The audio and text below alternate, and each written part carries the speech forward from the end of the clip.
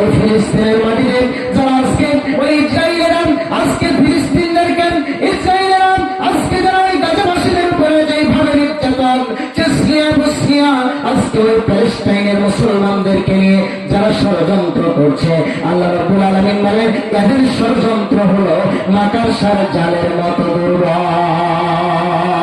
আল্লাহ রাব্বুল আলামিন বলেন এরা তোমাদেরকে নিয়ে ষড়যন্ত্র করেন ওই খানকায় ওই মাজারে গর্ভবনে, কিন্তু আমি আল্লাহ রাব্বুল আলামিন তোমাদের ব্যাপারে ফয়সালা করে আরশে আজিম থেকে তোমাদেরকে কেউ ঠেকাতে পারবে না। তবে তোমাদের প্রতি আমার একটু কর্তব্য আছে, আমি তোমাদেরকে এমনি এমনি ছেড়ে দেব না, আমি তোমাদেরকে পরীক্ষা করব।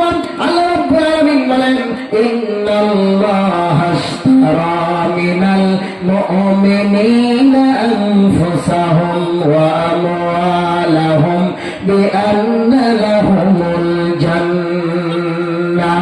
আল্লাহ রাব্বুল আলামিন বলেন নিশ্চয় আমি জান্নাত বিক্রি করে দিয়েছি মুমিনদের কাছে, তাদের জান এবং মালের বিনিময়ে আমি আল্লাহ রাব্বুল আলামিন মুমিনদের কাছে আমার জান্নাত বিক্রি করে দিয়েছি। সেই জান্নাতের বিশালতাটা হচ্ছে আকাশ এবং জমিনের ব্যবধান।